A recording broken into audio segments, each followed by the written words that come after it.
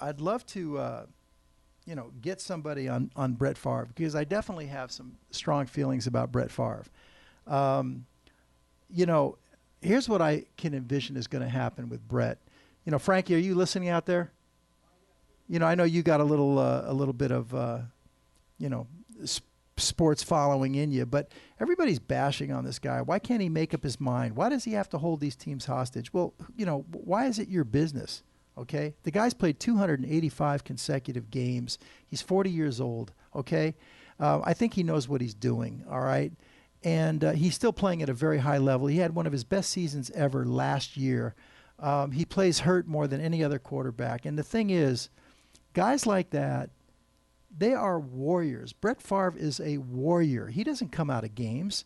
He plays hurt. And when you have a mentality like that, what's going to happen is he's going to just simply play till he can't play anymore, till he's hurt. And probably that's what's going to take him out. He's going to have some tragic injury that's going to end his career, like Charles Barkley did. Some Joe Theismann type of injury that's just so nasty and ugly that it's going to take like a year to recover, and by then he's going to be done. That's the only way you're going to get a guy like him off the field. I love the Rocky movies, Yeah, but you want to know something, Larry? Go ahead, Frankie.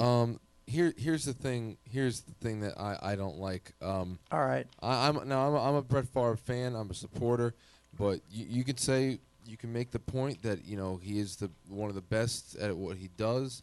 One of the most durable at what he does. He brings his heart on the field. He's a born leader, but it's the waffling.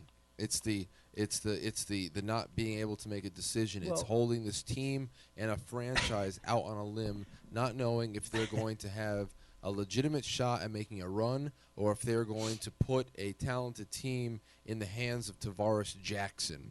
It's and then for him already missing preseason practices, probably going to miss at least one or two preseason games. It's becoming Roger Clemens of the NFL, where that last contract he signed with the Yankees in 2007 for half a year, where I think it got rounded out that he was getting paid like $50,000 a pitch. Okay, Frankie, are you done now?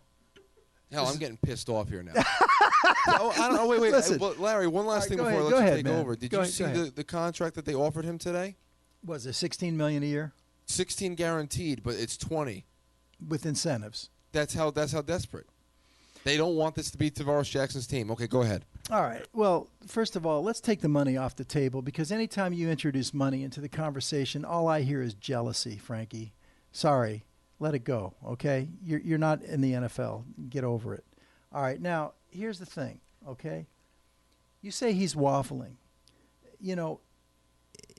I remember just a few years back when Tiki Barber from the New York Giants said, "This is going to be my final year in football.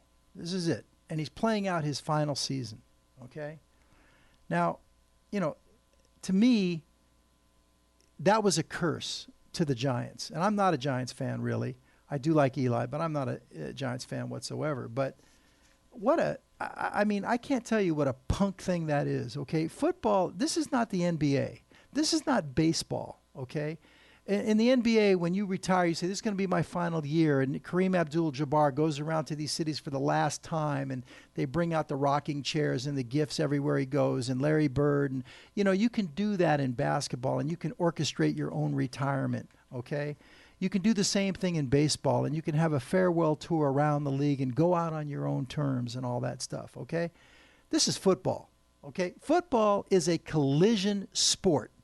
Football is a high-risk, high-gamble, you're going to get hurt sport, okay? And you're going to sit there and tell me that this is my final year? Every game could be your final game. Every play can be your final play, okay? To me, that tells me that he's not willing to stick his head in there and go for that goal line or go for that first down, okay? That's not a real warrior. That's not a real football player. Go play the game, all right? The best thing that ever happened to the Giants is when Tiki Barber retired. And now you want a guy like Brett Favre, who is the ultimate warrior that is going to play with, people said he's never had an injury and he's 285. Believe me, he's had lots and lots and lots of injuries. He plays through them. injuries that other guys wouldn't be playing with, okay? When he makes a decision that, okay, I'm going to play the season, okay, he's in for the whole season.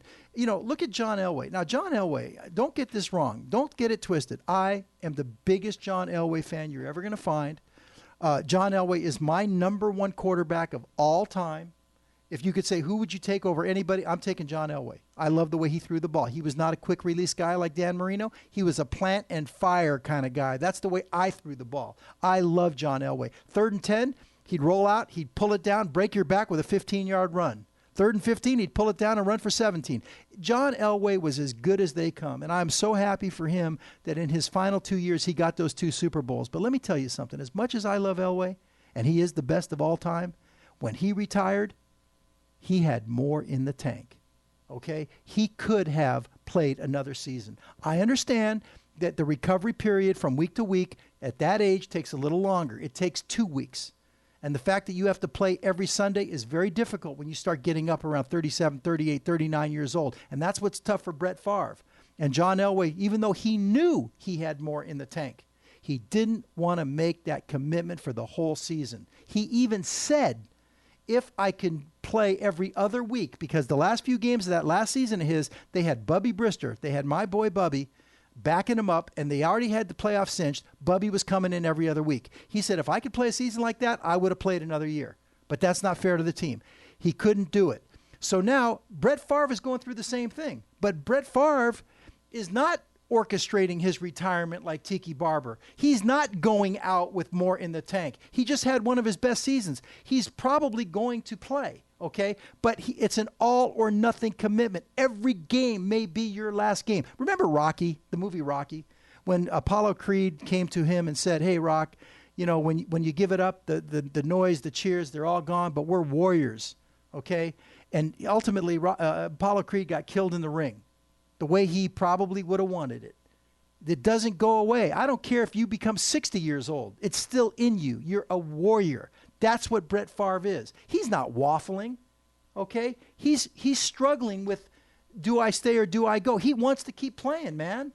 But it's hard, and he's going to keep going out there till he gets hurt so bad that he can't play anymore. I hate to say it. I hate to predict it. I hate to call it like that. But you mark my words, that's probably the way he's going to end his career. He'll play in game 6 or 7 or 8 or 9 or 10, somewhere along the line. He's going to get practically maimed, and he's going to have some injury. That's how these warriors go down, to the death, okay? And you want to say he's waffling?